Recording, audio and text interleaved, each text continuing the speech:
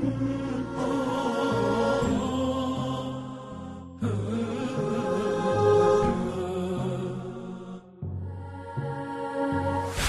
باللہ من الشیطان الرجیم بسم اللہ الرحمن الرحیم الحمدللہ رب العالمین والصلاة والسلام علی اشرف الانبیاء والمرسلین محمد وعلی آلہ الطیبین الطاہرین ولعنۃ اللہ علی اعدائہم اجمعین اما بعد۔ محترم ناظرین کرام، موضوع گفتگو حضرت امام مہدی عجل اللہ تعالی فرجہ الشریف اور زیارت ہے۔ جہاں تک زیارت کا سوال ہے اور زیارت کی اہمیت اور اس کی عظمت کا مسئلہ ہے، تو آپ غور فرمائیے کہ متعدد روایتیں ہیں کہ جو زیارت کربلا، زیارت امام حسین اور زیارت معصومین علیہم السلام کے لیے وارد ہوئی ہیں۔ اگر زیارت کی تعریف میں آپ کی خدمت میں پیش کرنا چاہوں تو یہ کہا جا سکتا ہے کہ زیارت اور دعا،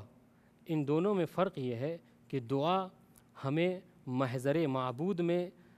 حاضر ہونے کا سلیقہ بتاتی ہے، جبکہ زیارت ہمیں محضر معصوم میں ہم کس طریقے سے شامل ہوں، ہم کس طریقے سے حاضر ہوں، اس کا طریقہ ہمیں زیارت بتاتی ہے۔ اور یہ زیارت اتنی اہمیت کی حامل ہے کہ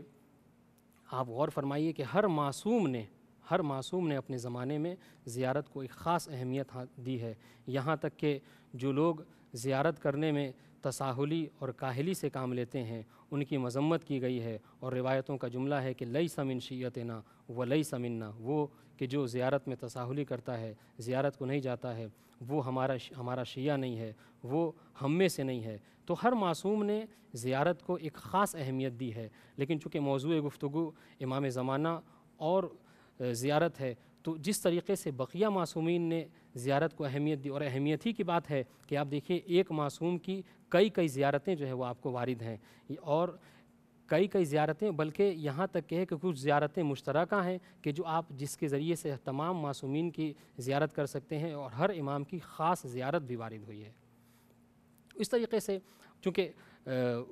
امام زمانہ کے متعلق گفتگو ہے، تو آپ دیکھیے امام زمانہ سے بھی کچھ زیارتیں مخصوص ہیں اور وارد ہوئی ہیں، جن میں سب سے پہلی زیارت کہ جو سند اور دلالت کے اعتبار سے علماء علم رجال کے نزدیک کہ جو لوگ اس کی صحت اور سقم، یعنی یہ کہ اس کی سند صحیح ہے، یعنی اس کی نسبت امام کی طرف دینا صحیح ہے یا نہیں ہے، یہ چیزیں جانچ پڑتال جو لوگ کرتے ہیں ان کے نزدیک بھی زیارت آل یاسین وارد ہوئی ہے کہ جو امام زمانہ ہی سے منسوب ہے، کہ جس کو امام نے محمد ابن عبداللہ حمیری کو تعلیم دی تھی۔ یہ وہ زیارت ہے، زیارت آل یاسین، اور اس کے لیے میں آپ کی خدمت میں عرض کروں کہ چونکہ امام زمانہ سے یہ زیارت وارد ہوئی ہے تو اس زیارت کا کوئی خاص وقت نہیں ہے، اگر انسان چاہے جب چاہے زیارت آل یاسین کو پڑھ سکتا ہے، اور اس کے ذریعے سے اپنے آپ کو بارگاہ معصومین اور بارگاہ پروردگار عالم میں قریب کر سکتا ہے۔ آپ دیکھیے زیارت آل یاسین ہے کیا، تو اگر آپ ملاحظہ فرمائیں اور اس زیارت کو اگر پڑھیں، ہمیں ایز اے شیعہ اپنے روٹین میں، اپنے روزانہ کی روٹین میں اس چیز کو شامل کرنا چاہیے۔ کیوں؟ اس لیے کہ میں آپ کی خدمت میں عرض کروں کہ یہ زیارت ہے کیا۔ اس زیارت کے لیے جہاں آپ جب پڑھیں گے اس کو تو 23 سلاموں سے یہ زیارت شروع ہوتی ہے، اور اس کے بعد اس زیارت میں جو چیزیں مذکور ہیں، جو چیزیں ہیں کہ اس زیارت کا پڑھنے والا امام زمانہ سے تجدید بیعت کرتا ہے، امام زمانہ سے عہد و پیمان کرتا ہے نصرت کی، اور امام زمانہ کی بارگاہ میں ظہور کے لیے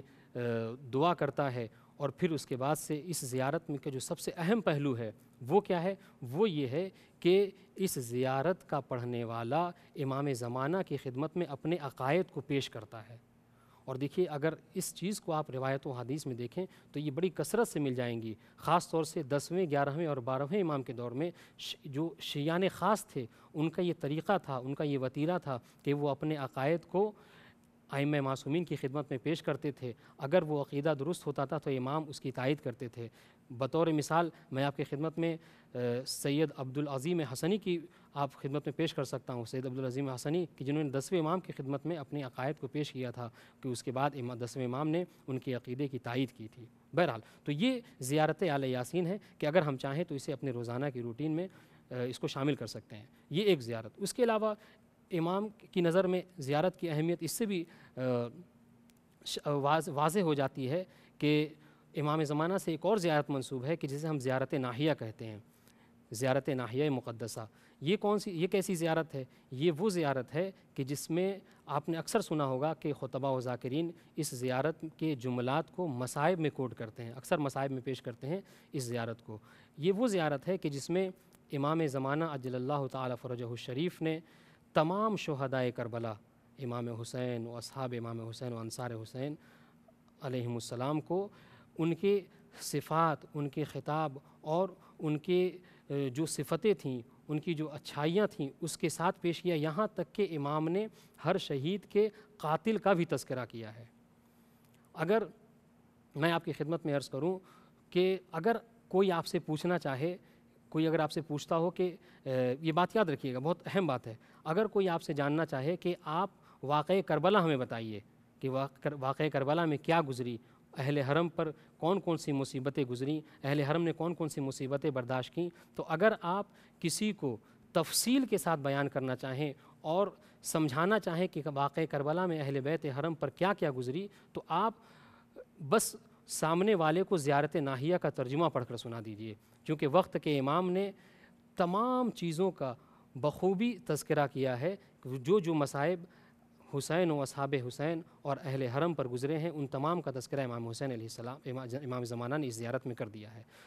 گرچہ اس کے علاوہ جو زیارت عاشورہ ہے اس میں بھی یہ چیز مذکور ہے، اس میں بھی یہ چیزیں ملتی ہیں، لیکن زیارت عاشورہ اور زیارت ناحیہ میں فرق یہ ہے کہ اگر آپ واقعہ کربلا کو کسی کو مختصراً بتانا چاہیں، شارٹ میں بتانا چاہیں تو آپ زیارت عاشورہ بتا سکتے ہیں، اور اگر واقعہ عاشورہ کی تفصیل بتانا چاہیں تو آپ زیارت ناحیہ مقدسہ کو اس کے سامنے پیش کر سکتے ہیں۔ اس کے علاوہ اور بھی زیارتیں ہیں کہ جو امام سے منسوب ہیں، جیسے زیارت الشہداء ہے، زیارت امیر المومنین جو اتوار کے دن پڑھی جاتی ہے، زیارت رجبیہ ہے۔ یہ وہ زیارتیں ہیں کہ جو امام زمانہ عجل اللہ تعالی فرجہ الشریف کی طرف منسوب ہیں۔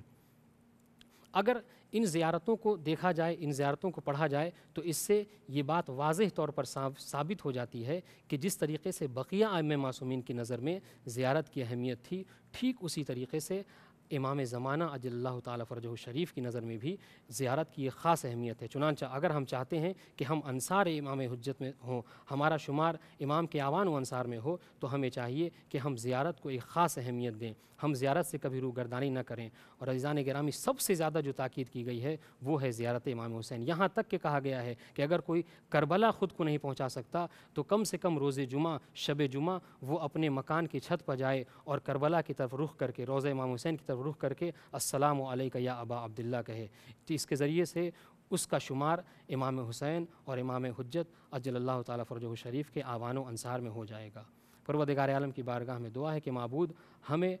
واقعی طور پر انصار امام حجت میں ہمارا شمار فرمائے۔ والسلام علیکم ورحمۃ اللہ وبرکاتہ۔